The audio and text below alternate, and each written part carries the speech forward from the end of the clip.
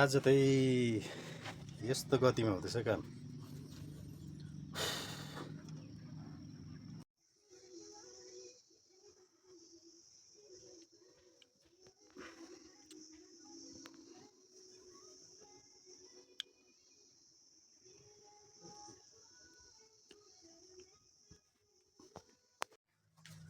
यो बिचको झरी सबै मिसिनले खोपिसक्यो हो।